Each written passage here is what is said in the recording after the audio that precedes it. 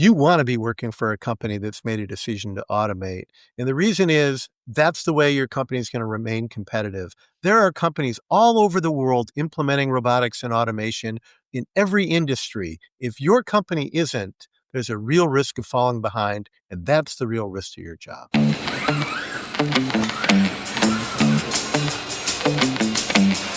People before machines. Conversations on the chaos of factory automation from Monday morning to the very near future. An Eclipse podcast. Welcome to People Before Machines. Conversations on the chaos of factory automation from Monday morning to the very near future. I'm Amanda Cupido, a speaker, author, and entrepreneur with a passion for the intersection of technology and humanity. This episode, we're talking about connecting the top floor to the shop floor. I'm going to discuss strategy, execution, and creating a two-way flow of information between executive leadership and operations with my guest, Jeff Burnstein. He is the president of the Association for Advancing Automation, which is North America's largest automation trade association.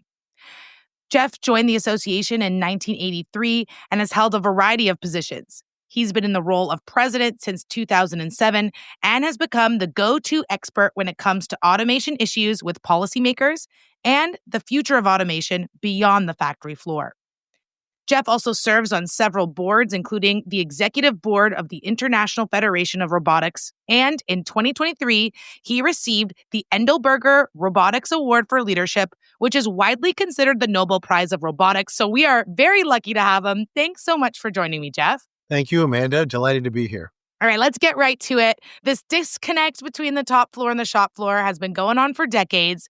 Why do you think we have not been able to crack the code on getting them aligned?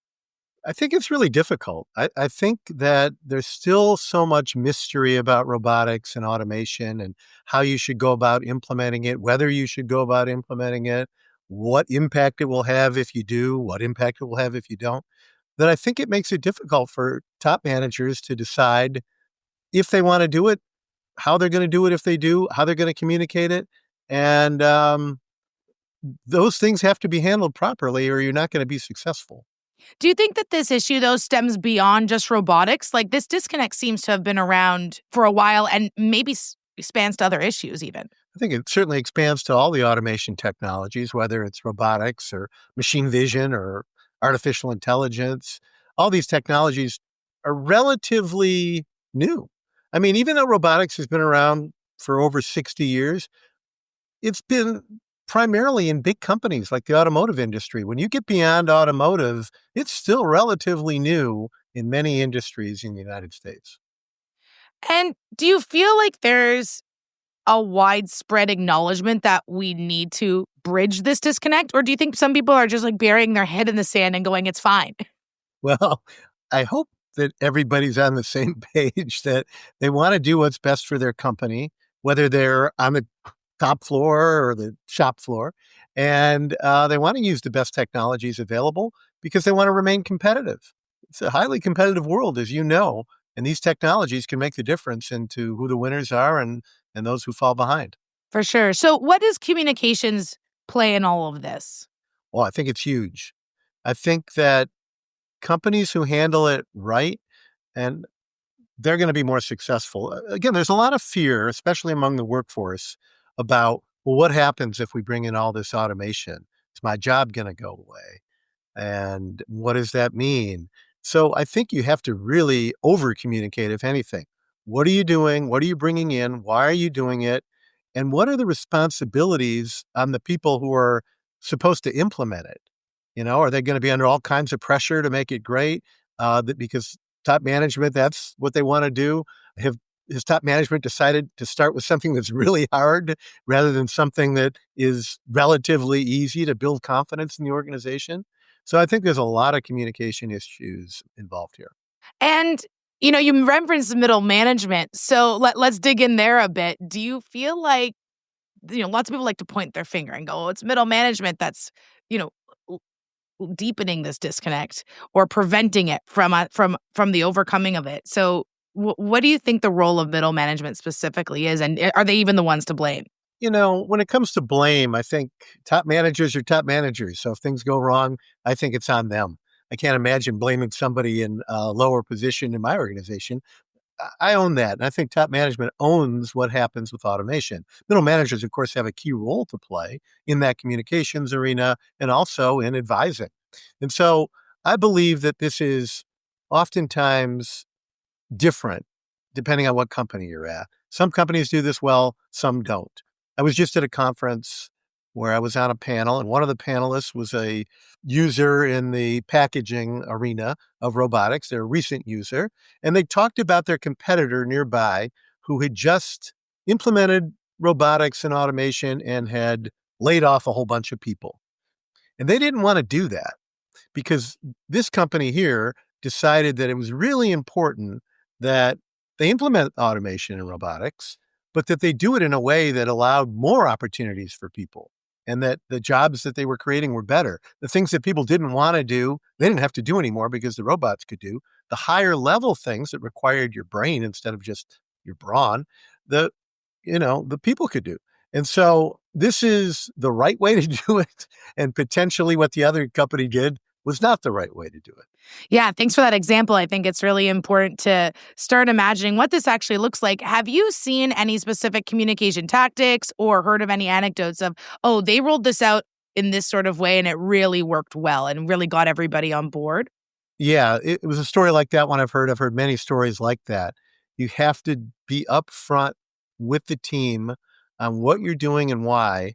And if it goes wrong, you can't blame the team. Look, you decided you were going to implement automation, whether the recommendation came from the shop floor or not, but you've made the decision, you're going to do this. It's your company, you're the leader or in the group of leaders, and you've decided to do it, but your people are the most important asset that you have in your organization, regardless of industry.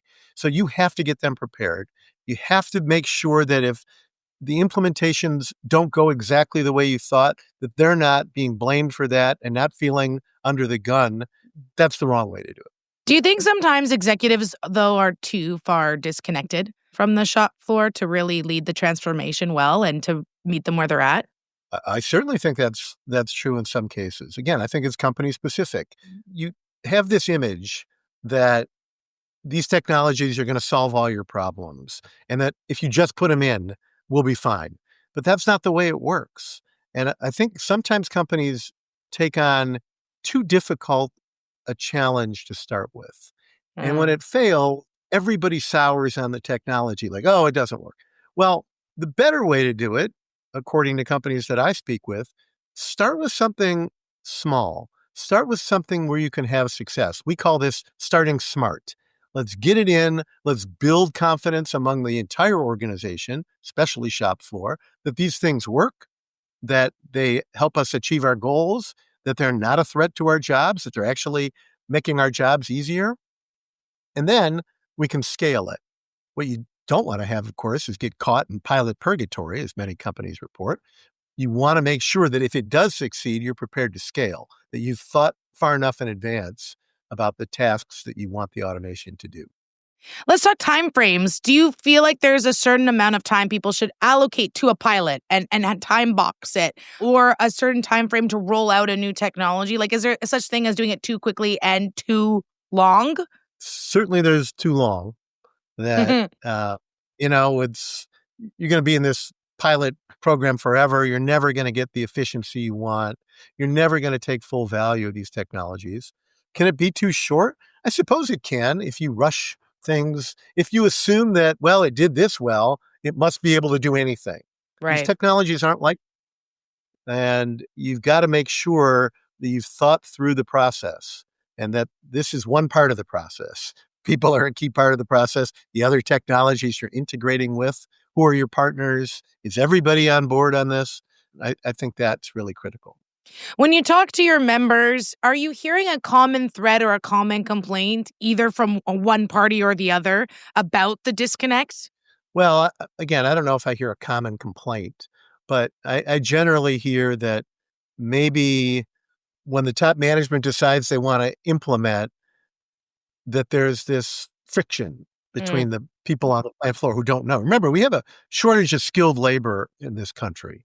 And when you're implementing automation and you don't have an experienced team, you really want to work with them or work with your partners, your integrators, whoever, to make sure this goes smoothly.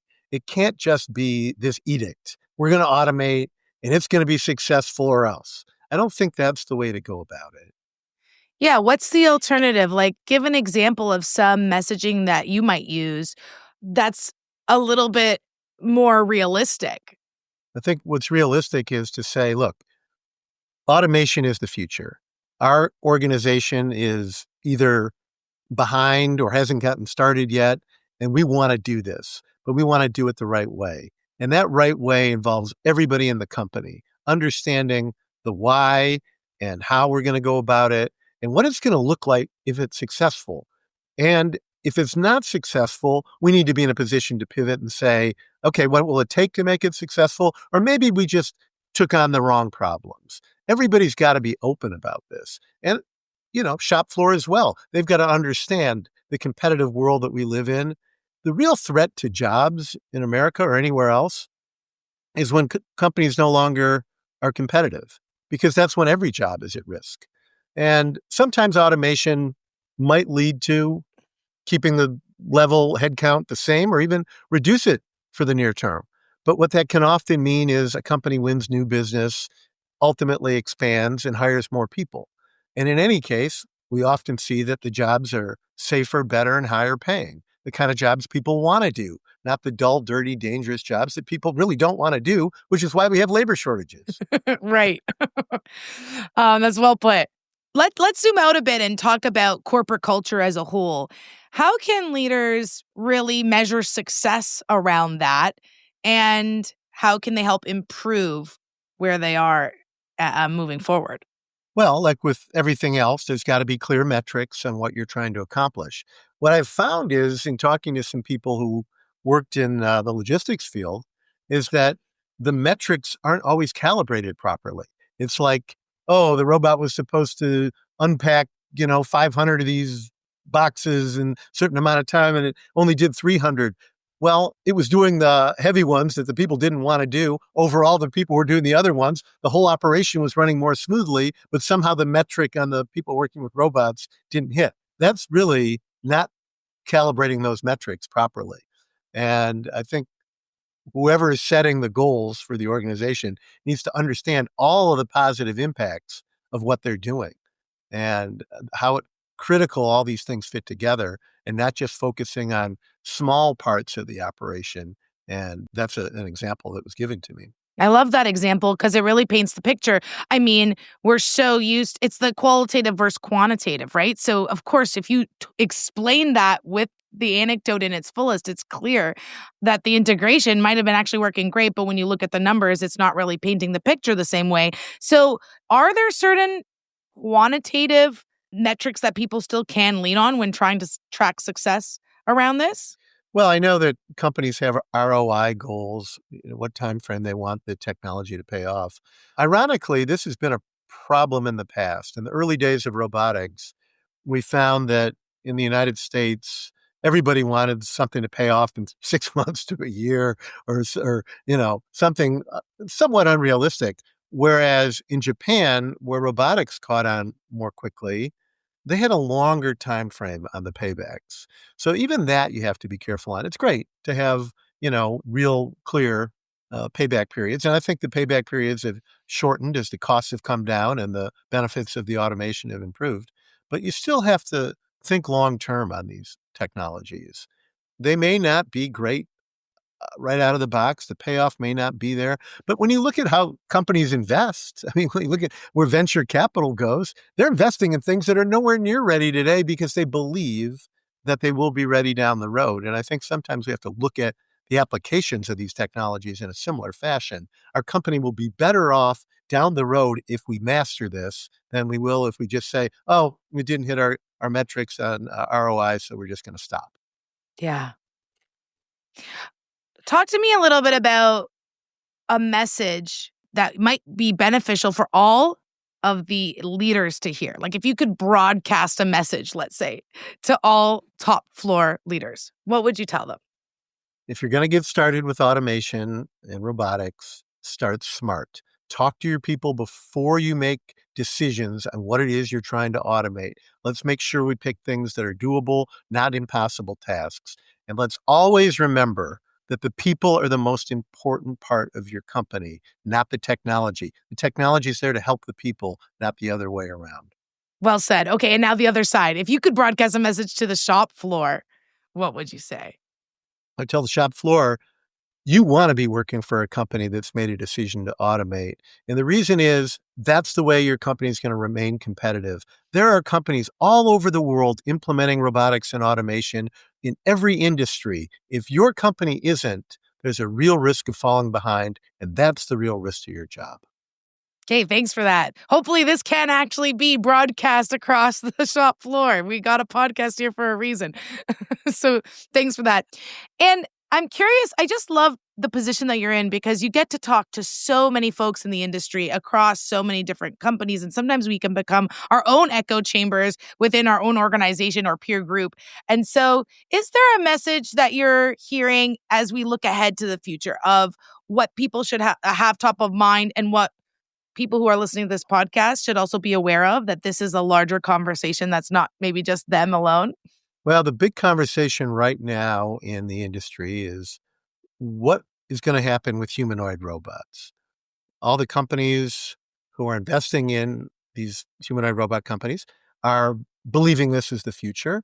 Many of the companies who are considering applying them are curious, is this the future? And it's too early to tell, frankly.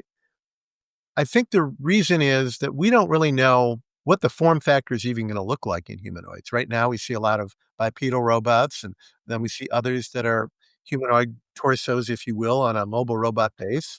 We don't know if they'll be multitasking or doing a single task. If they're doing a single task, will they be better than existing robotic form factors or not?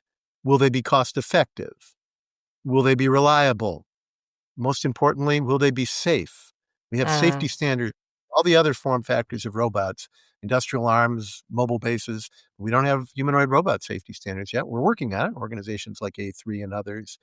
But this is really one of the hot topics right now. And also is how that relates to AI. And will AI enable humanoids to do just about anything a person can do? I think we're a ways from that. There are other people who disagree with me, and it'll be interesting to see. But that discussion deals with the factory floor and warehouses. The broader discussion is how do these technologies make our lives better? As people are aging, will we have technologies like humanoids potentially that can help keep us in our homes longer? Will AI allow us to find cures for rare diseases and treatments that we don't have today and develop them faster with robotics? Will the planet become more sustainable because of these technologies? Will we be able to create more affordable housing quicker? And these are the challenges and the hopes that the general public has. Look, we know all about the business side of this, but let's think about how it might impact our lives for the better. And that really resonates with people. Yeah, that's life. That's our society and our world. And it's really interesting to even just start imagining. So thanks for putting that on our radar. And, maybe next time we're talking about the disconnect between the top floor and the shop floor, it'll be very different because we're going to be talking about humanoids and how we connect to them, right? Before we let you go, I always love to end with a little bit of a curveball question, if you're up for it. So here's the hypothetical. Sure. If the shop floor employees ran a reverse town hall for executives, what do you think they'd say? Wow. Hard to know, but I would think they would say, really, it's important to keep us in mind when you're talking about automation. Let's keep us at the forefront of these conversations. Please don't look at this as people versus the automation, Mm. about how this is part of our team. And if we're going to implement this, make sure you're thinking about us primarily, with the technology being there to support us. Do you think this should actually be happening? Like, I actually imagine a world where an organization does open the floor and say, you're going to run the meeting. Talk to us, right? Maybe that's one of the step one in the communication that's been lacking. Well, it's possible because that open conversation might lead people to say, Here's where it makes sense. Here's where I don't think it does, and here's why. I think that kind of expertise from the plant floor to the top floor is really valuable, because if you're just top down and you're doing things and the people who actually work there day to day don't believe in it, it's less likely to be successful. All right. Well, leave it right there because that was so well said. Jeff, thank you so much for your time today. And thank you for listening to People Before Machines, conversations on the chaos of factory automation powered by Eclipse. We're here to challenge the status quo in factory automation because machines don't build factories, people do. The technical producer for this podcast is Ryan Denninger. I'm Amanda Cupido. If you got something out of today's episode, we'd love it if you share it with a teammate, a plant leader, or anyone who is tired of the automation echo chamber. Be sure to follow this podcast on your favorite podcast player, and you'll be getting real talk, bold questions, and sharp insights. And remember, the future isn't fully automated, it's people-powered. See you next time. Thanks for listening to People Before Machines. Dialogues on the chaos of factory automation. For past podcast episodes, search People Before Machines on Spotify, YouTube, or visit eclipseautomation.com.